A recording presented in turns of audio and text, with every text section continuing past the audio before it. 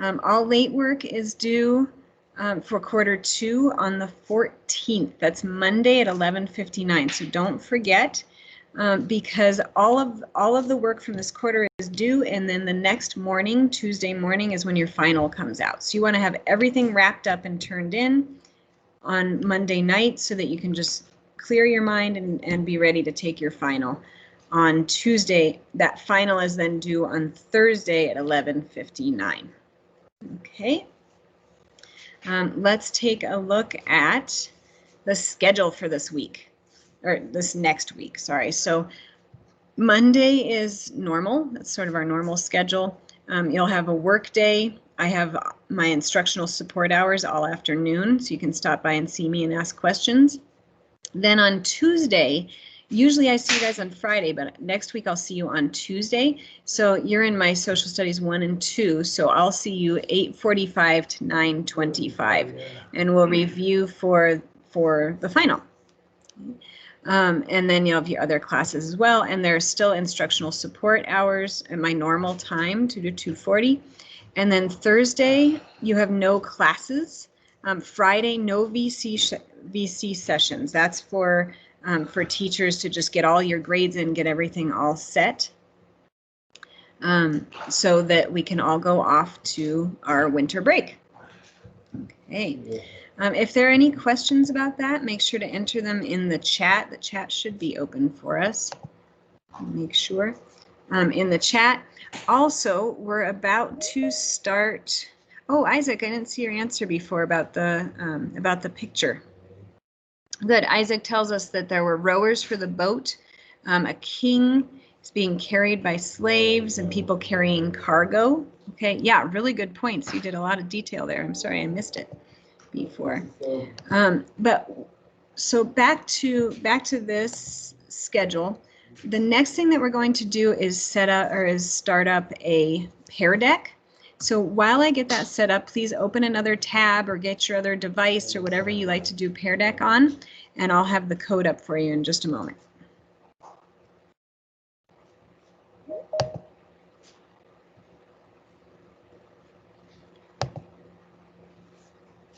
Okay. Sometimes it's a little pokey on my screen, but we'll get it set up.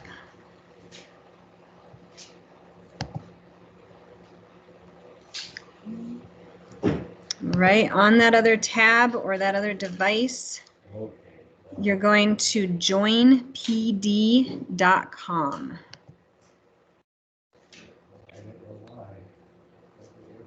Okay, and you're entering this code, DHBOWX.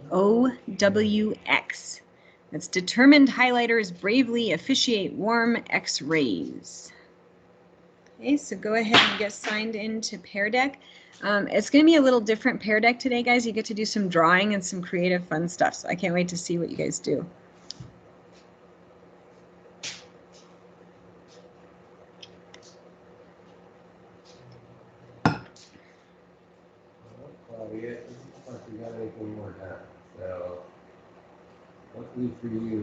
Okay, I have 4 of you on, 5. Good, we're getting people on there quick. Problem is I'm not going to be checking it very often, so I would get it done. And at least get to where you only have a couple last minutes to do. So it's time to step it up and just get it done. No more messing around. Okay. Some of you that came in a little bit later, we're on joinpd.com and entering the code for Pear Deck. Make sure to be doing that. So let's make sure to get as much done before we start the break. Okay. All right, good. Give you just another moment. It's almost everybody. It's great you're stopping by, but you really need to get. All right, let's continue. There's still a couple people who aren't signed in yet, but all you do is go to joinpd.com and you enter that code that's in the upper right corner. Okay, so let's take a quick look at grapes. We're wrapping up grapes for Egypt today. We talked about geography. We talked a lot about the Nile and the desert right next to it. Religion, we talked about mummification quite a bit and how that worked for the afterlife. Achievements, that was mostly about the temples and the pyramids, but also remember we included hieroglyphics, so a writing system was an achievement. Politics, we talked about the pharaohs. We learned about the pharaohs last week. And this week is economies, or economics and social structure on the E and the S. Okay, the economy, here's a quick review. The economy of a country is its use of its workers and resources to produce goods. So that's an important thing to remember, is that it's not just about money. It's not just about exchanging money. This really is about your workers and how your workers can produce things that get your country what you need. So there's an exchange. And today we're talking mostly about the workers. So who are the people that keep things running in ancient Egypt? Okay. We're also looking at social structures, and this is based on a hierarchy. Hierarchy just means like a different level. So any system or of persons or things ranked one above the other. Okay. And we're seeing a lot of these pyramids when we talk about social structures, because we usually have a larger group at the bottom that holds up the smaller groups as you go up, and then the smallest up at the top with the king or the ruler. Queen, ruler, pharaoh, all these different people. The green pyramid is the one that you were seeing in your assignments this week. The one we're using today is that rainbowy pyramid at the bottom. It's basically the same, it's just that some of the categories have been combined together. So you'll see that as we go through. Okay, let's get into the fun of this. So after we talk about each level of ancient Egypt's social structure, I will give you a slide where you choose one of these options. You'll either draw a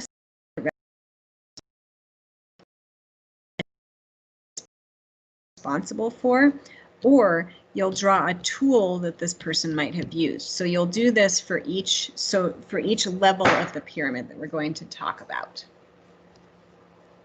Okay, all right, so let's get started. Our first one is government officials.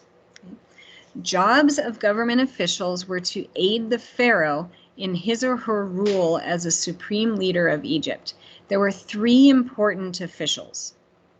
Okay, so take a look at the pyramid. The pharaoh is at the top. The government officials are the next level down. So the vizier. The vizier is the most important advisor. He carried pharaoh's commands, appointed and supervised other government officials. He also acted as chief judge, who would remain at all times. If you've seen Disney's Aladdin, Jafar is the vizier in that movie. So you can see how there's the ruler up above him, but he had a lot of power, and he was an advisor that helped with all the running of the government. The chief treasurer. This person oversaw the government's wealth. His main job was to collect taxes. Because Egypt was a goods-based economy, citizens would pay their taxes in cows, cloth, and silver. So goods-based economy means that you pay with stuff, not with money. And the general of the armies advised the pharaoh in matters of war and aided him or her in creating alliances with other kingdoms. Okay. And then look at the left, there's a statue. This is a statue of Imhotep, who was an early and powerful vizier in ancient Egypt. Imhotep was famous for his role in designing and building great monuments. Okay, so take a look at this for a moment and think about what you will draw. And right here is your slide. So choose one of the government officials, either the vizier, the chief treasurer, or the general of the armies. Draw, and then choose one option. Draw a symbol to represent this person's job, type a task they might have done, and draw a tool that this person might have used. Okay, go ahead.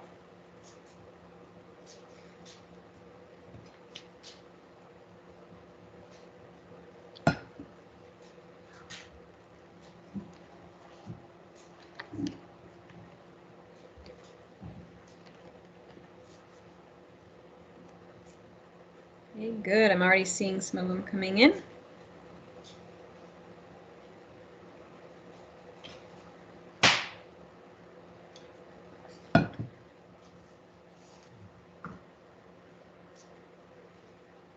I'll give you a couple minutes.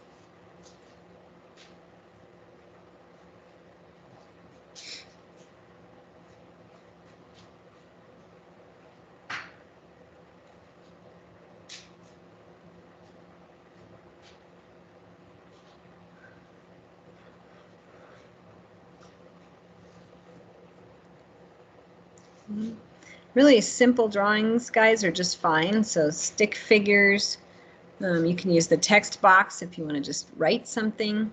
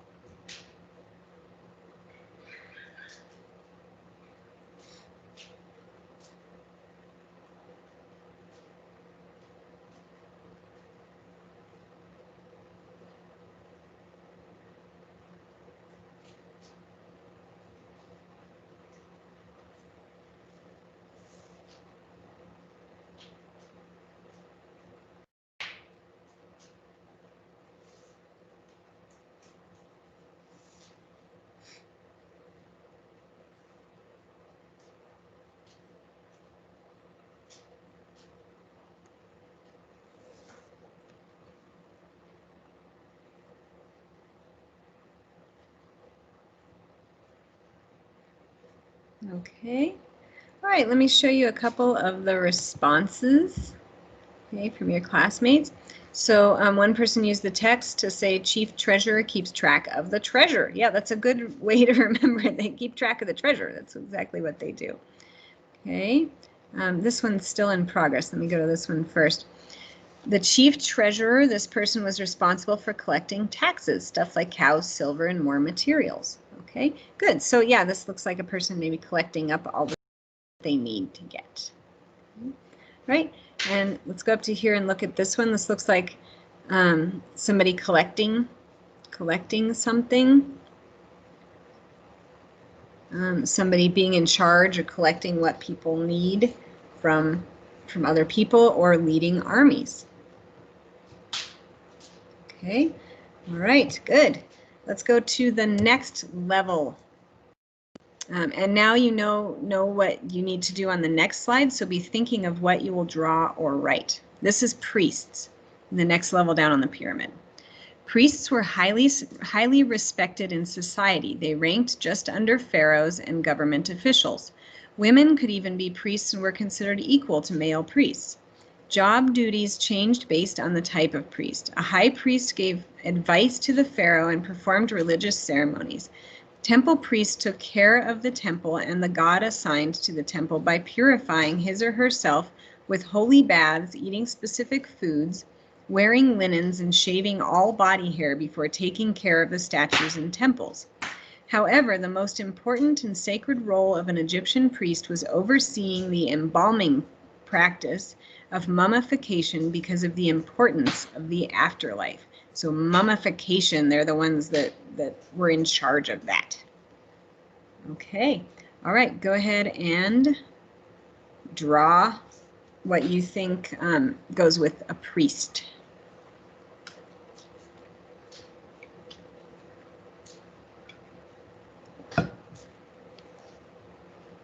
Give me about 2 minutes.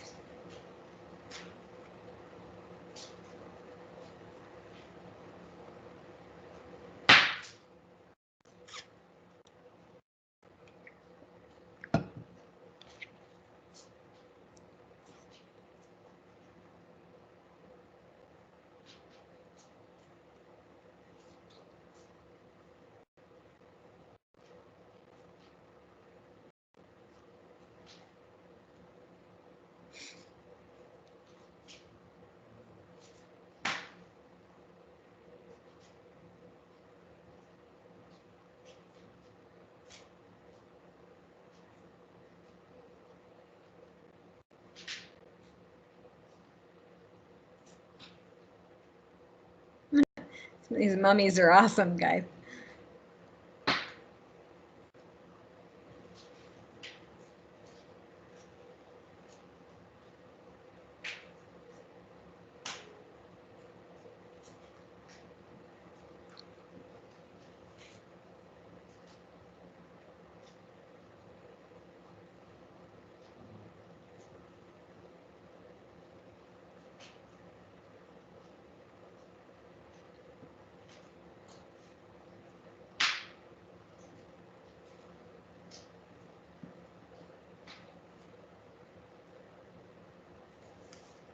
Okay, take another minute and perfect those. I'll show you your classmates' work in just a moment.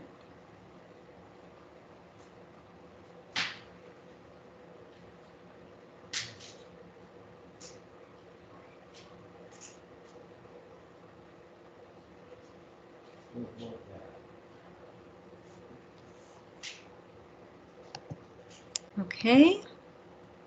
All right. So let's take a look at some of these. So here's a priest, and he looks like he's wrapping up a mummy, and he has all sorts of tools and stuff over here on this little table. Okay, that's really good. I love that. I could tell immediately that that was a mummy. And here's a priest, no hair. Remember, it said they shaved their heads, and a statue. So they're seeing to the statue of the god or goddess. And they had to purify themselves by taking a particular special type of bath. Okay. Right, good. The next one, scribes. Scribes were individuals who practiced the invention of writing. Scribes were specially trained people who learned how to write and were often responsible for record keeping in the community.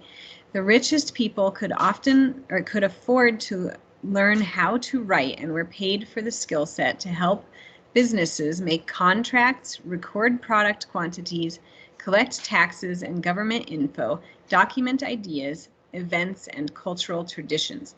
And what's cool about this one is take a look at the left has cuneiform writing, the middle has hieroglyphics, and the right side has emojis. So when we use emojis, we're sort of doing something like what they were doing with hieroglyphics, where it's a picture that stands for an idea. And then in Egypt, the picture also stood for a letter, so you could spell out words. But emojis really just stand for that idea. But it's cool to see that we're doing sort of the same thing. Okay, all right, go ahead and take a couple minutes and draw for scribes.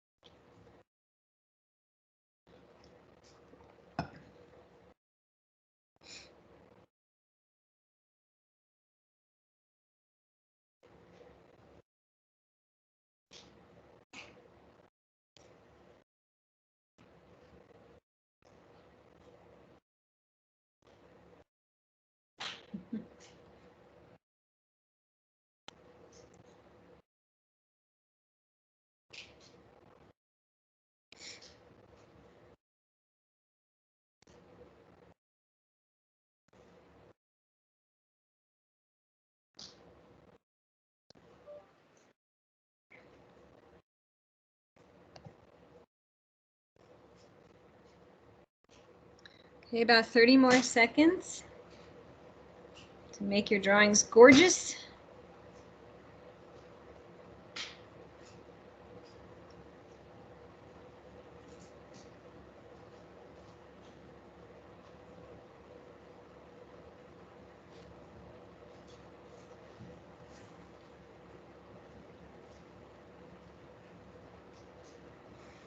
Okay, all right, let's take a look at what you've got so far.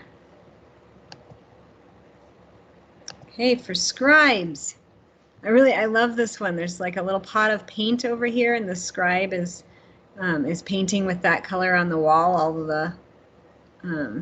the hieroglyphics. Okay, and this one shows that it's a writing on the wall. Piece of that they're keeping track of records. Yeah, that's an important task that a scribe had to do. Okay, the next one, artisans. It's moving down the pyramid still.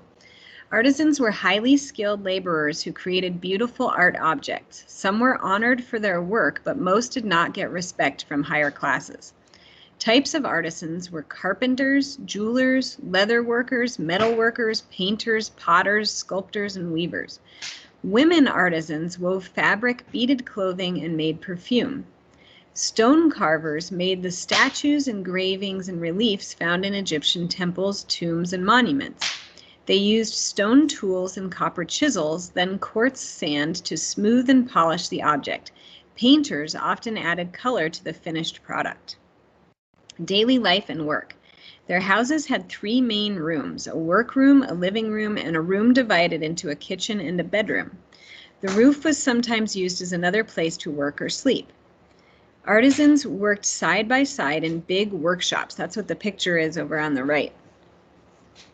Artisans were not usually allowed to sign their work. They did not get credit for their skills. Yeah, so they were expected to be really good at this, but they didn't really get credit for being so good at it and for making amazing things.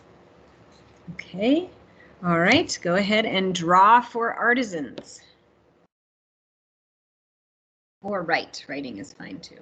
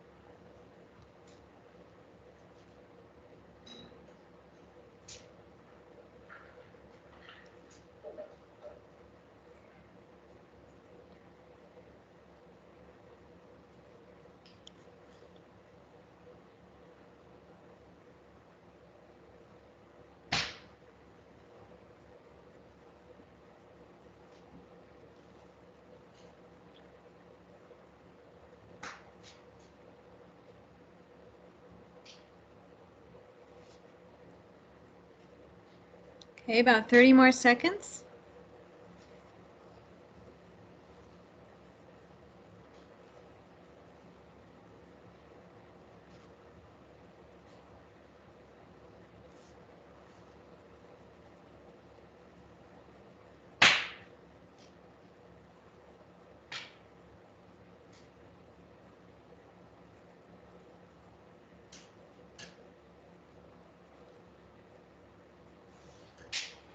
Okay, let's take a look at what you did. All right, here's a painting. Like this one looks like it's the artisans who made jewelry, so they had to mine for things out of rocks or take a rock and make it into something else. Jewelry.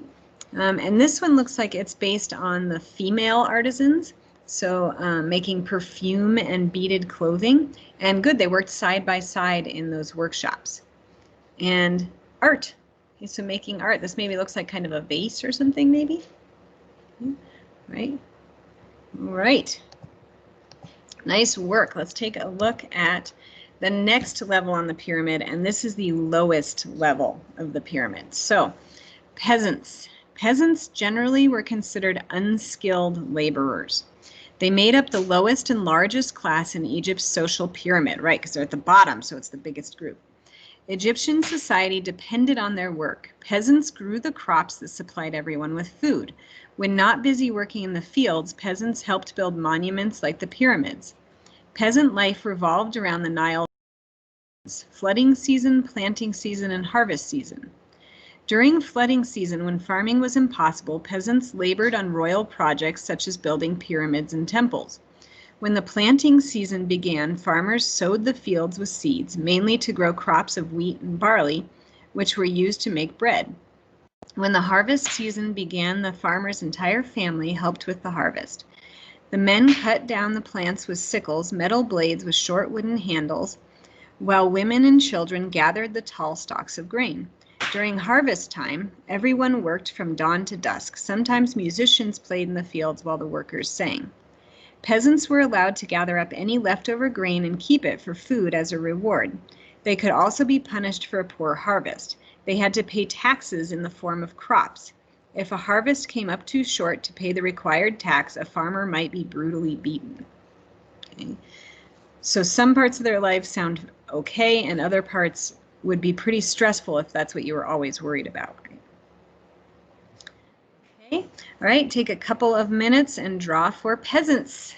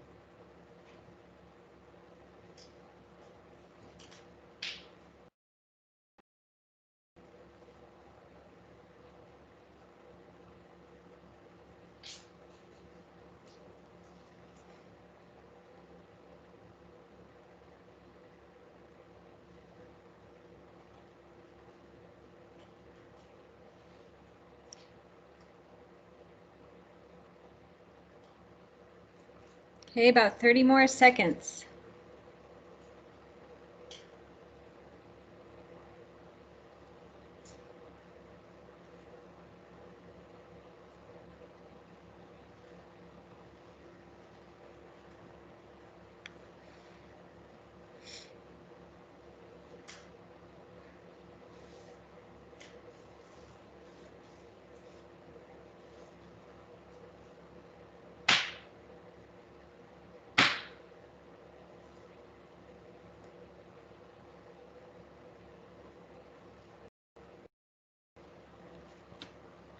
Okay, let's take a look at what you did. Okay, all right, I'll come back to this one because it wraps things up so nicely. But yeah, we have one where it looks like there's some farming down below, a pyramid and somebody being beaten, maybe for a low harvest, and some grain or wheat, because that's what they were harvesting. This one I really like because you remembered that they would play music for people in the fields while they were working. It also has the pyramid and the sickle that they're cutting down the wheat with. Okay. And then this one wraps up lots of things. So it has the crops down here, a pyramid that they're building up here, and somebody being beaten for bad crops. Okay. All right. So those were really good. I really liked your drawings. But let's wrap it up. You have one more slide to make some answers, but wrap it up with the things we learned in the lesson today about the economy and social structure of ancient Egyptian civilization. So this is a $2 sentence. That means all the words, I want you to use some of the words in this word bank down below. You can use debon, barter, artisan, peasant, scribe, okay, and so on. Each of those words that you use are worth 10 cents. Okay, and so you can build your reply, build your sentence with some of these words, and they're worth 10 cents a piece, so you can see how much your sentence is worth after you write it.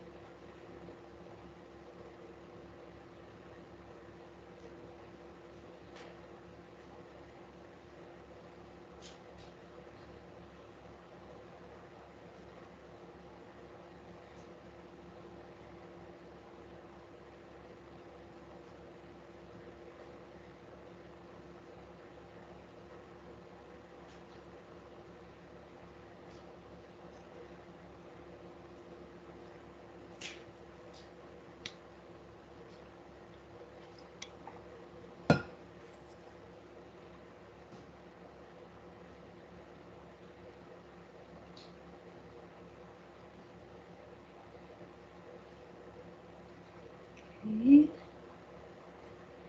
All right, good. You guys are writing a lot. This is really great.